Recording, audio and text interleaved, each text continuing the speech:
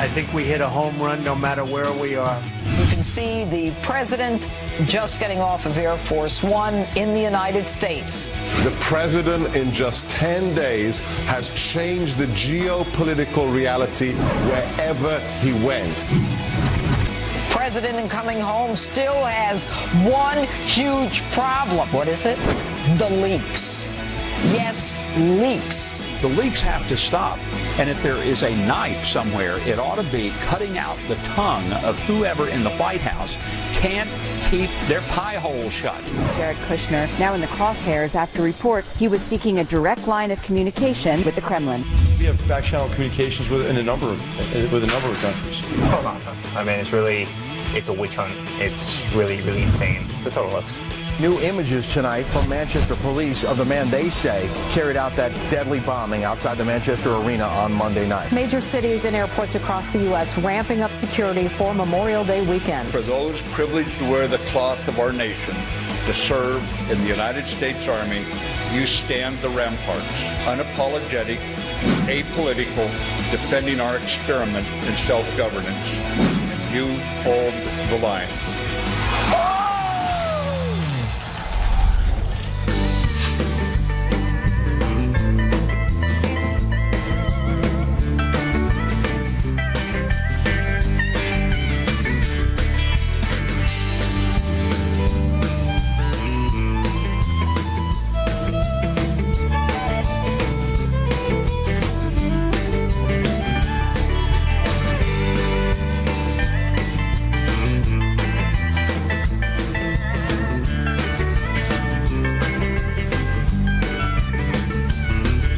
That is Shane Owens out there on our plaza. Do you guys know Shane Owens? Yeah. Great country artist, and he's got some really good songs. Young out there on the kind of next to the plaza. That's actually my favorite one that he does. You should pull up the music video. It's so well done and so perfect for Memorial Day weekend. Yeah, fantastic.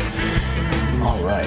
Thank you, Shane. We'll hear more from him later on in the hour. Yeah. Meanwhile, President back from his big trip overseas, and if you've missed any of the coverage of it, all you needed to do was flip around the channels and see how they were covering it to see what the assessment was in the mainstream media. So let's take a look at some of the coverage, the way that the mainstream media had covered President Trump's 9-day swing through the Mideast. Take a listen. The president called his first foreign trip a home run, but he is returning to face some fastballs on many fronts. The drumbeat of news about the Russia investigation has only gotten more intense since he's been gone. The president is back in Washington after his lengthy trip abroad. And even though his team feels confident the trip was successful, he returns to plenty of controversy. Kushner's connections to the Kremlin through a variety of means continue to be a specific line of inquiry by investigators looking to Russia's attempt to intervene in the U.S. elections. The president is riding high from that big foreign trip, but as he arrives back here at home, he's going to face a bit of a reality check. Oh, he's back to chaos this morning. Of course, shake-ups and chaos. Let's bring in Newt Gingrich, former Speaker of the House, Fox News contributor, and author of the new book, Understanding Trump, which is a man who understands Donald Trump, as if any of us can understand him. It's a difficult challenge, but you've risen to the challenge. Well, the mainstream media seems to understand him, former Speaker, and seems to think that he's coming back into the middle of chaos, into the swamp. Look, let me say, first of all, that my book's not called Predicting Trump, because I think that's impossible.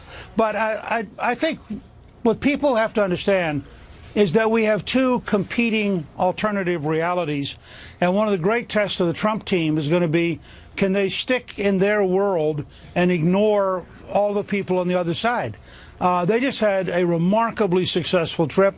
Everywhere they went, I think they were achieving their goals, sometimes with a little bit of pressure. They were pushing NATO, for example, to spend more money and meet its fair share.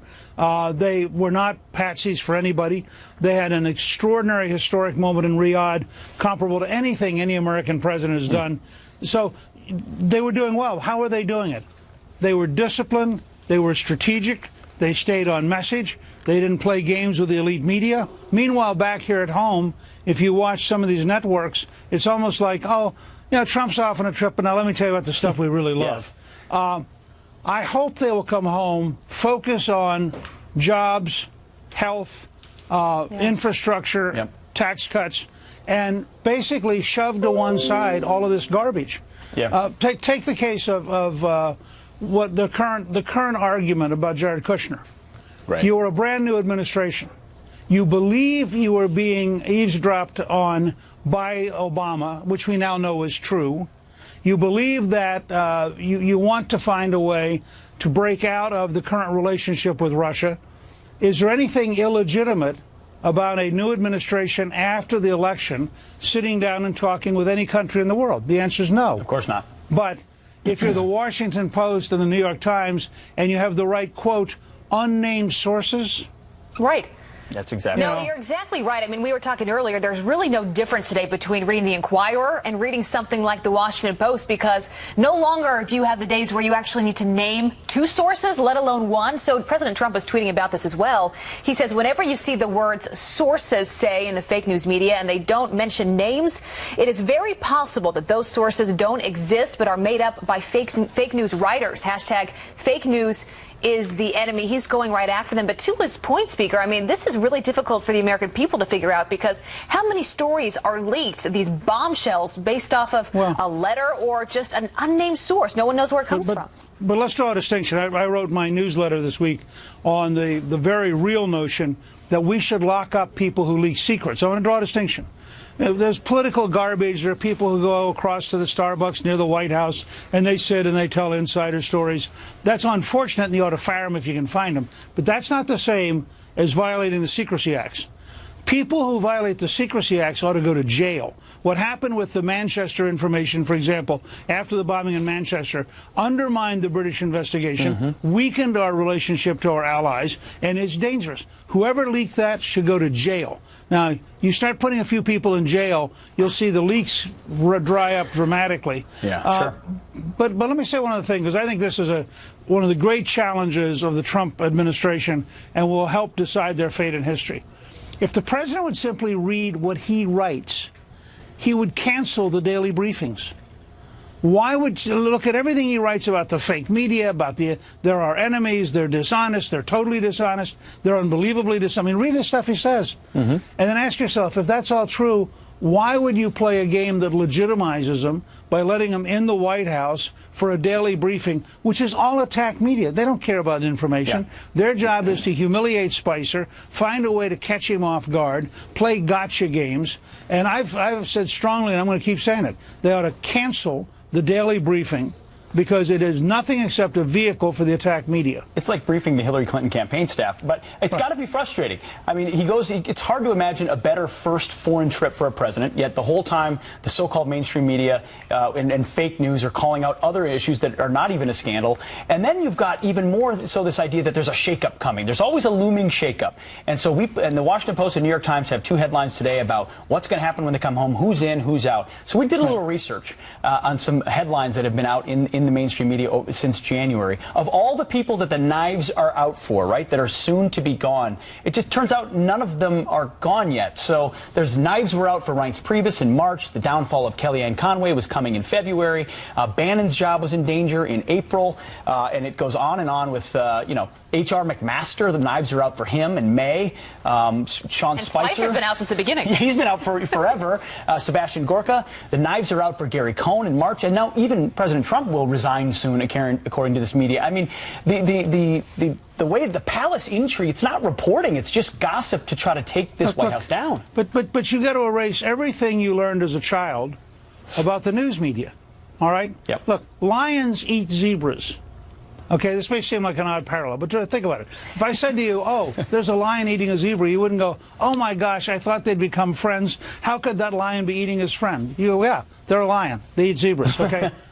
The left-wing media hates Donald Trump. The left-wing media wants to destroy Donald Trump. This is why they should cancel the daily briefings. The left-wing media sits up all evening drinking and talking to each other thinking, what can we do? When they wake up in the morning, their opening line to themselves is, I know Donald Trump did something horrible. I wonder what it is. Now, the White House has to get over this, and frankly, all of us who are their friends have to get over this. The New York Times is their mortal enemy. The Washington Post, their mortal enemy. CNN was 93-7 negative, according to Harvard. 93-7. Why would you let anybody from CNN have anything to do with the Trump administration when they are 93-7 negative? Well, how do you get that balance right, though, Speaker? Because, as you know, there's a real important role for media. I mean, we are in media as well. We try to do the best job that we can. But you don't want to live in a place like North Korea. So where do you find that balance of, you know, not having press briefings, but also letting the media do their job? Well, first of all, the president has 1,000 ways to communicate with the American people. He can give formal speeches. He can tweet. He can do Facebook Live. He could have Skype events with people around the country. He can, and all of his cabinet officers can also communicate. And I have no problem if they want to do off-camera briefings. But my point to you would be, the media has an obligation to cover what it covers. It doesn't have an obligation. There's no requirement in the American system for people to have the kind of dog and pony show on television we have. Franklin Delano Roosevelt, at his very first press briefing in 1933, says to the reporters, "You cannot quote me directly. You can quote an unnamed White House source." He never gives an on-the-record briefing in 12 years, and he says, if you violate this, you'll be kicked out and you won't be back in the briefings. Well, there's been relationships, obviously, with the press closer. JFK, of course, relationship during the Cuban Missile Crisis. I mean, could have created even more chaos had the press not listened to what the president had to say. I think that's gone. That civility is long gone. If consider, just for a second, Melania, who was a terrific First Lady of the United States, who looked fabulous everywhere, if she were a liberal Democrat, she'd be on the cover of every woman's magazine in America, right? Okay. So let's start with that as an example. If Donald Trump were JFK, he could do. You could afford to do this. If Sean Spicer was Pierre Salinger, you could afford to do this. The news media loved John F. Kennedy. They covered up for him. They protected him. They didn't report his various weaknesses. The fact was the news media was going to turn him into Camelot any way they could. And so he was playing the game he could play. What I'm suggesting to you is this president's greatest strength is reaching the American people. His greatest power of re-election will be achievements, creating real jobs, creating real tax cuts, getting health care fixed. And the danger they have is that they get up every morning and they get sucked into this dance that is entirely destructive, in which the elite media pays attention to them. And my guess is they spend more time trying to prepare Spicer for the daily fight with the media than they spend trying to communicate the major issues to the country. You're exactly right about that one. That's a great point. Well, Mr. Speaker, unfortunately, we've got to take a quick break. Can you stick around with us for the other side of the break? Outstanding. Sure. We heard his take on the fake news media. We'll get the Speaker's take on the climate agreement and whether or not it's a good idea to be in or out. We'll be right back with the Speaker. Plus, one day after Hillary Clinton slammed President Trump in a commencement speech, Joe Biden stepped up to the microphone. You'll hear what he had to say straight ahead. And, of course, it's Memorial Day tradition unlike any other. In just a few hours, 500,000 bikers are going to hit the road in our nation's capital to remember and honor prisoners of war. The founder of Rolling Thunder is going to join us right here live. I love this event.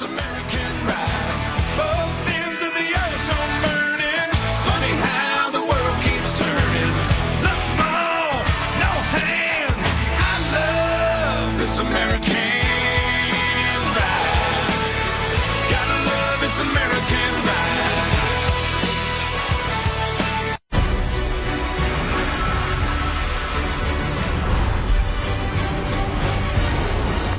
Welcome back. We are back with the former Speaker of the House, Newt Gingrich. He is the author of the brand new book, which is out now. Go and buy it. It's called Understanding Trump. Mr. Speaker, Mr. Speaker, I want to get your take on the Paris Climate Accords. The president reportedly this morning is about to pull out of that climate deal. You in the past have said some really interesting things. I think your take on the environment has been really interesting. You said the GOP years ago could win on climate change because you said it's really a quality of life issue. And where do you think the president, where do you think this administration should come down on climate? Well, look, I think that we should be in favor of developing technologies that are helpful. We should be in favor of practical, common sense things. But I want to emphasize that when you start into gigantic, very complicated, centrally administered bureaucracies, and you start saying the United States ought to do more than anybody else, and we ought to transfer money to everybody else. You know, one of the great breakthroughs that Obama had was that China signed an agreement that beginning in 2030, they would start changing.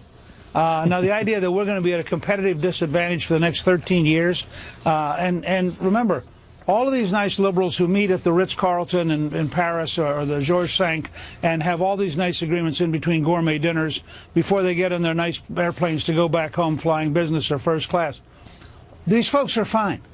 But the working poor and the very poor on the planet get crushed by these kind of agreements. Mm-hmm. Yeah. So I am for more economic growth. Wealthier countries are better for the environment. Poorer countries inevitably are harder for the environment.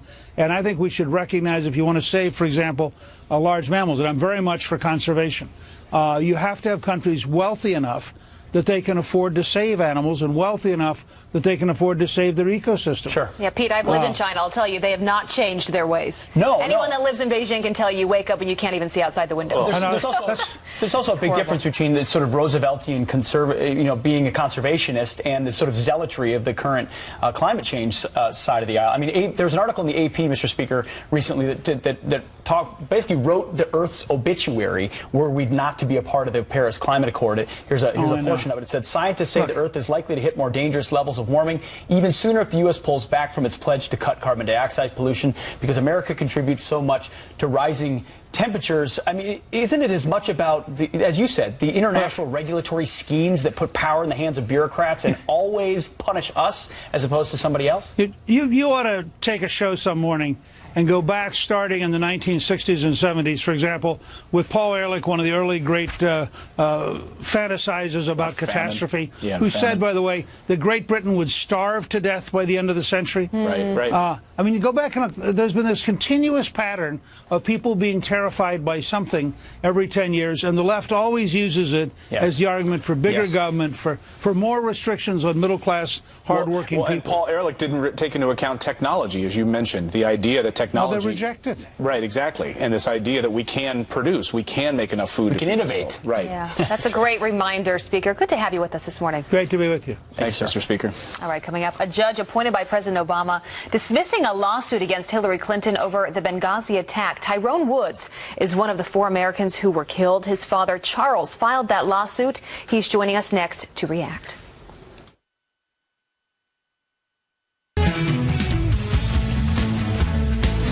On this Memorial Day weekend, we have some military news by the numbers for you. First, 102, that's how many members of the current congressional body have served in the U.S. Armed Forces.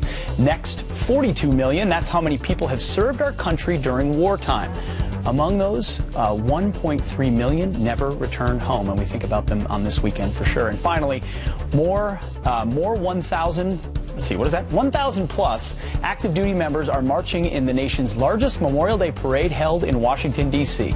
It will be streamed live on military.com starting at 2 p.m. Eastern Time today. You've been in D.C. during that ride? Cool. It is amazing. All right, well, to this story now, a judge appointed by President Obama dismissing a lawsuit against Hillary Clinton over the deaths of 2 Americans in Benghazi. Parents of CIA operative Tyrone Woods and officer Sean Smith filing the wrongful death suit, saying Clinton's private email server directly led to that terrorist attack. The judge ruling Clinton's use of her private email was within the scope of her employment. Charles Woods is the father of Navy SEAL Tyrone Woods. He joins us now. Sir, thank you for joining us, especially on this Memorial Day weekend, which I know has powerful renaissance for you. First of all, I know you think about your son on this weekend. What's the thing you would want people to remember? Well, first of all, I would like to honor those people who have been willing to place their lives in jeopardy because of their love for our country. That's a great message. Well, and you also say you're not surprised by this ruling. Well, as you know, last summer a lawsuit was filed on behalf of Pat Smith and myself, alleging 2 things. One was defamation of character. Number 2 was wrongful death of our sons, Sean Smith and Todd Woods. Last Friday, no, it was not a surprise when an Obama-appointed judge dismissed the lawsuit. I was an administrative law judge, and if there was even the appearance of a conflict of interest, I would offer to withdraw from the case without the parties even asking me. Perhaps in this case, that's what should have been done. Here is a portion of that defamation ruling. I want to read it to you and get your response, sir. Secretary Clinton did not refer to plaintiffs as liars. Plaintiffs may find the candidate's statements in her own defense to be unpleasant or offensive, but Secretary Clinton did not portray plaintiffs as odious, infamous, or ridiculous. What do you think about that, sir? Well, as you recall, the question that was asked her was, someone is lying. Are you lying or are the families lying? She said, I am not lying. In other words, she was pointing the fingers at the families, saying that the families were liars. And just from a legal standpoint, defamation is an issue of fact, which is to be decided by the jury. The judge decides issues of law. This should have been submitted to the jury in order to find this very important issue of fact. Charles, I know, like your son, you're a fighter. You want to continue this fight and see justice done. What's the next step? Is there a next step in this process? Oh, yeah, of course. It's going to be appealed. And as far as the wrongful death action, as you know, the other cause of action is wrongful death. And top secret emails were released illegally on the server that was used by Hillary Clinton. These were hacked by foreign governments. In fact, as an example, an Iranian nuclear scientist was named in one of these hacked emails as being a double agent for the United States. He was killed as a result of that. Yeah. And what happened here was that the emails that were hacked allowed the attack to be planned because the location and the itinerary of the ambassador was made known in advance. Therefore, they planned the attack in advance, which led to the death, the wrongful death of my son and of Sean Smith. Well, Charles, you are standing in front of a beautiful oil painting. Talk to us about that and how you're remembering your son this weekend. Well, yes, this painting behind me, it actually brings tears to my eyes. It was done by a retired Navy SEAL who obviously was a very accomplished artist. Wow. And yeah, this is one of the things that on Memorial Day, it means much, much more when you have lost a family member. And I am so grateful to our nation, and I am so grateful to those that preceded Ty, who were and are American heroes. And hopefully Ty's life and his sacrifice will be something that motivates others to be American heroes, whether it's in the military or whatever they do with their lives. We're going to need those going forward. We are so grateful for the service of your son, the other men at Benghazi, all those who serve, and for your courage to keep the fight this morning and ongoing. Charles Woods, thank you very much. So good to have you with us and this morning. 3:30 in the morning there in Kona, Hawaii. Thank you, That's a great Charles. point. Thank you. And what a beautiful painting. All right, well, as we've been talking about, it is a Memorial Day tradition unlike anything else. 500,000 motorcycles about to roll through our nation's capital to remember and honor prisoners of war. The founder of Rolling Thunder, he is rolling on into Fox and Friends, joining us live next. Plus, he's an all-American country music star with a passion for supporting our troops. Shane Owens is performing live on the Plaza. Here he is with a, I think I'll just stay here and drink. I like that. I like that.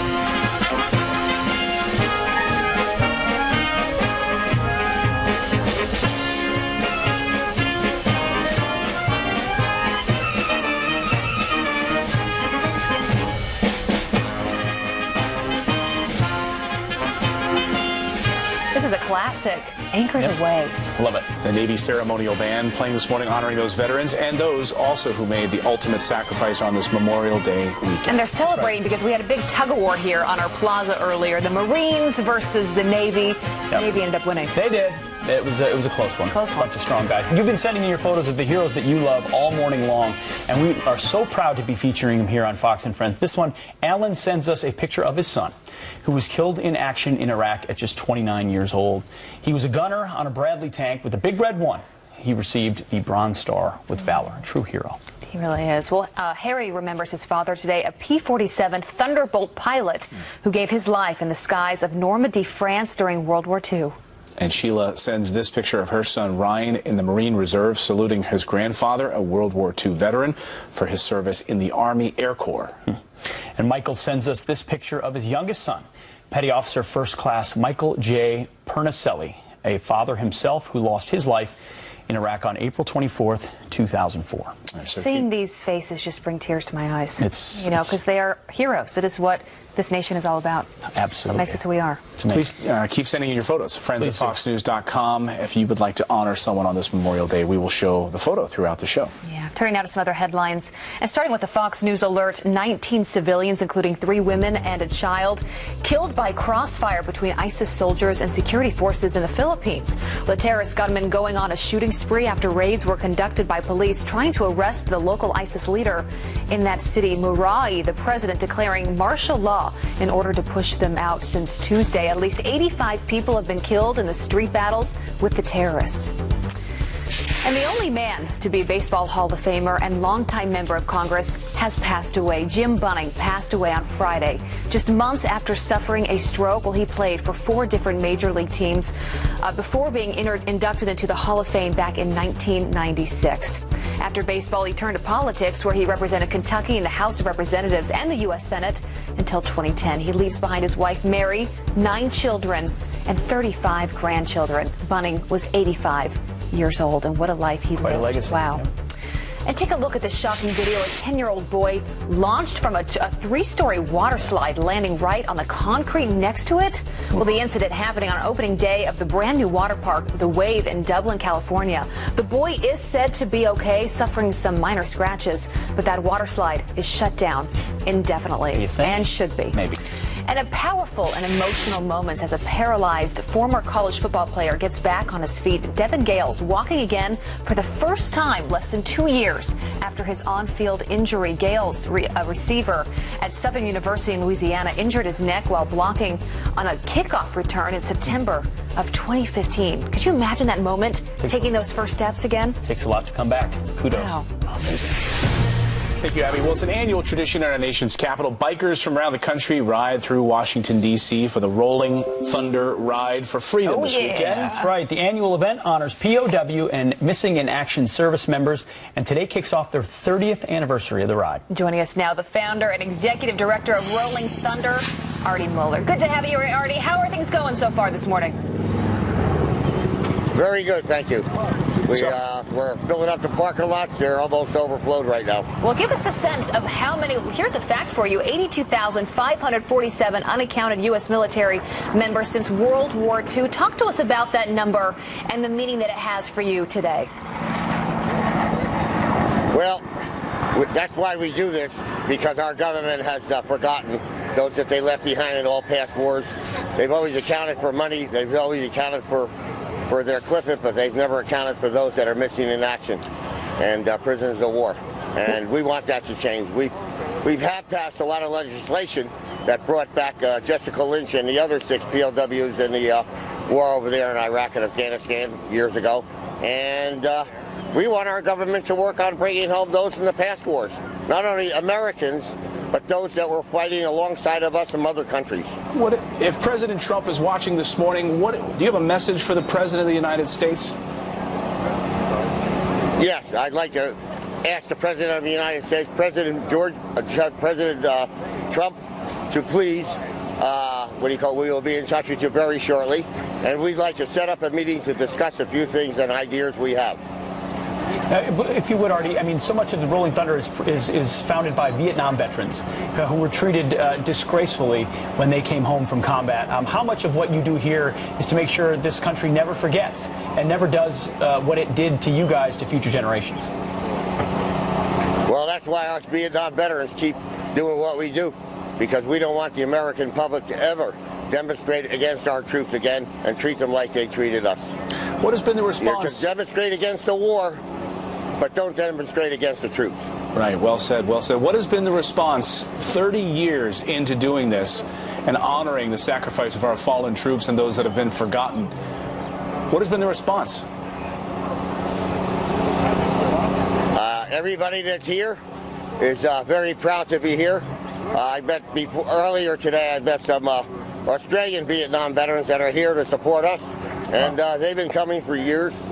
We've had supporters coming from the Netherlands, from Guam, Wake Island, all over the world, and they fly their bikes in and they ride with us for the issue. Yeah, beautiful day for Rolling Thunder. Artie Mueller, good to have you with us. Have a great day today. Enjoy it. Thanks, Artie. And thanks for your service. Thank you.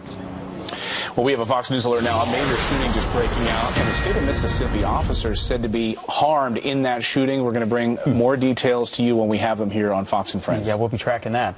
But first, many on the left, including the media, and they're basically synonymous, are very concerned that President Trump is ignoring the looming threat of global climate change. But aren't they ignoring the more urgent threat of radical Islamic terror attacks? The man who interrogated 9/11 mastermind Khalid Sheikh Mohammed says so, and this is all part of the terrorist plan. He joins us live next.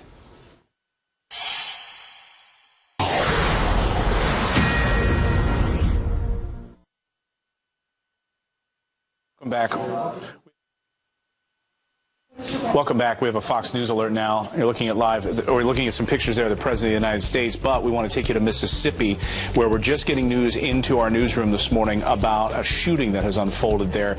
At this hour, we know that 8 people have been shot and killed, including a sheriff's deputy. They were shot and killed overnight. The unidentified cop murdered as he responded to a call at a home in Mississippi.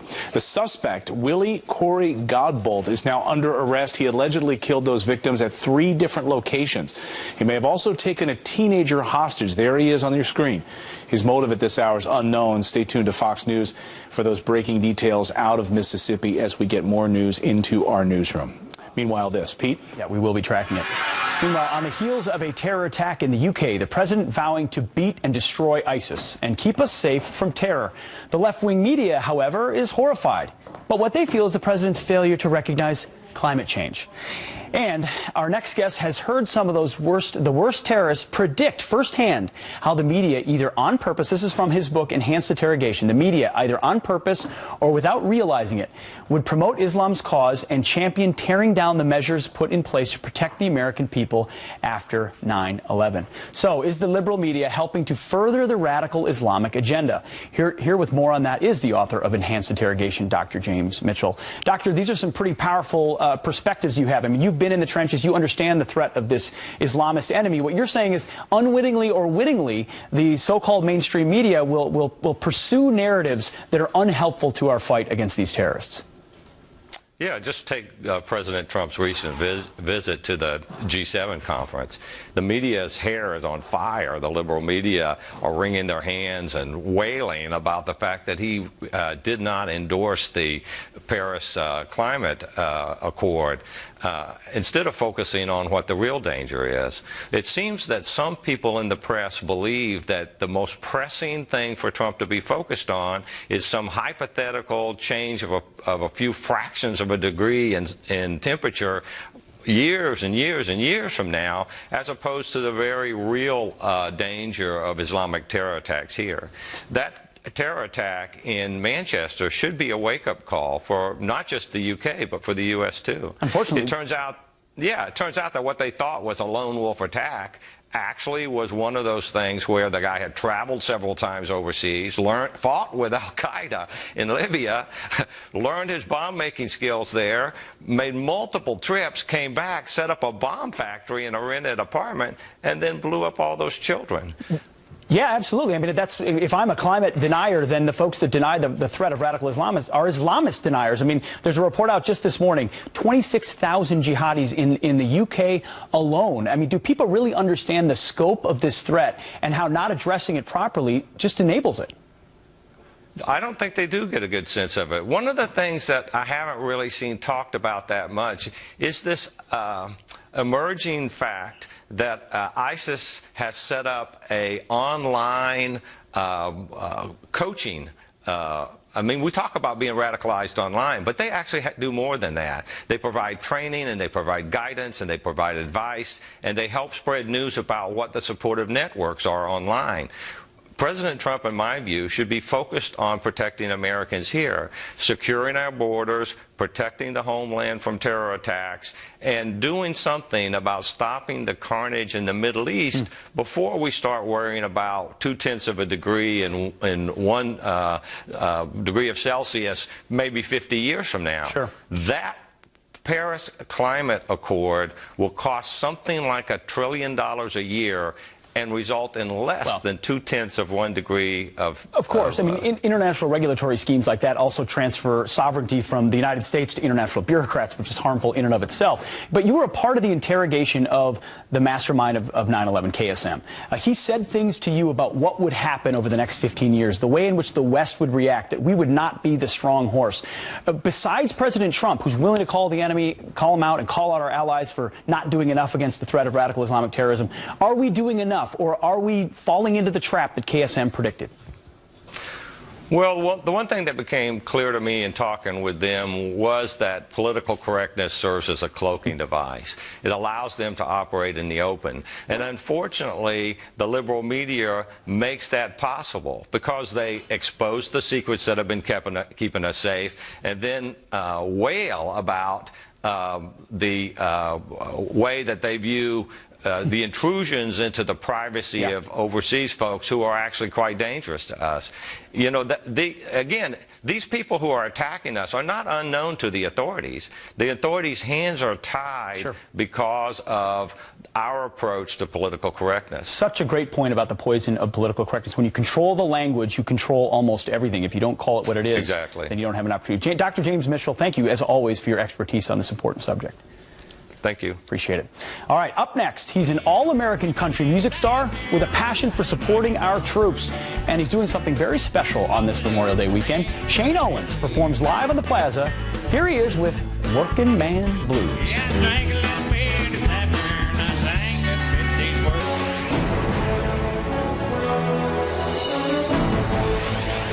All right, we are in good company with an all-American country music star with a passion for, of course, our troops, who we all support.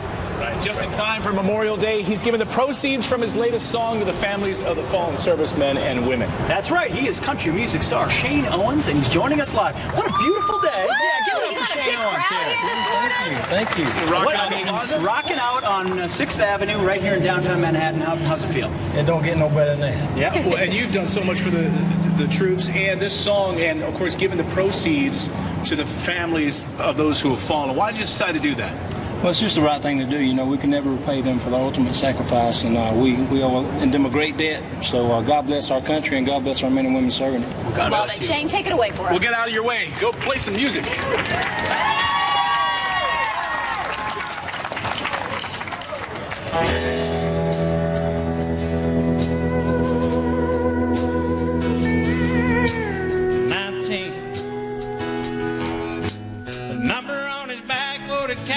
His high school football team.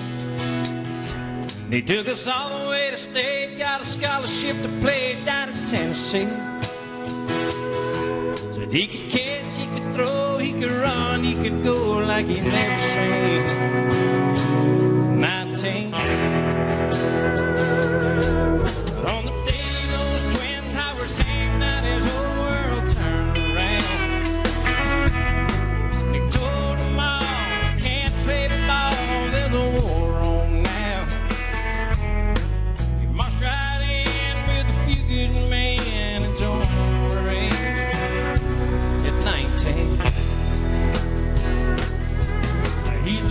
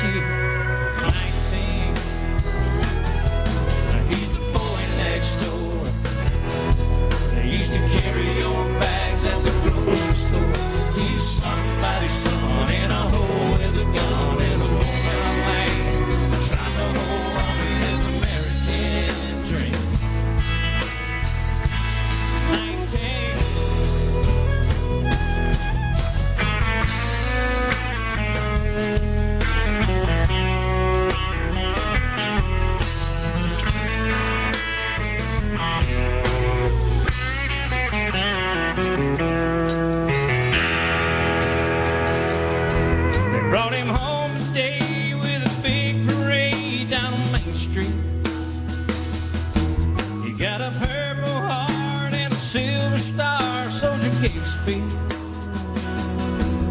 He could catch, he could throw, he could run. He's the one that rescued me. He could have played for Tennessee.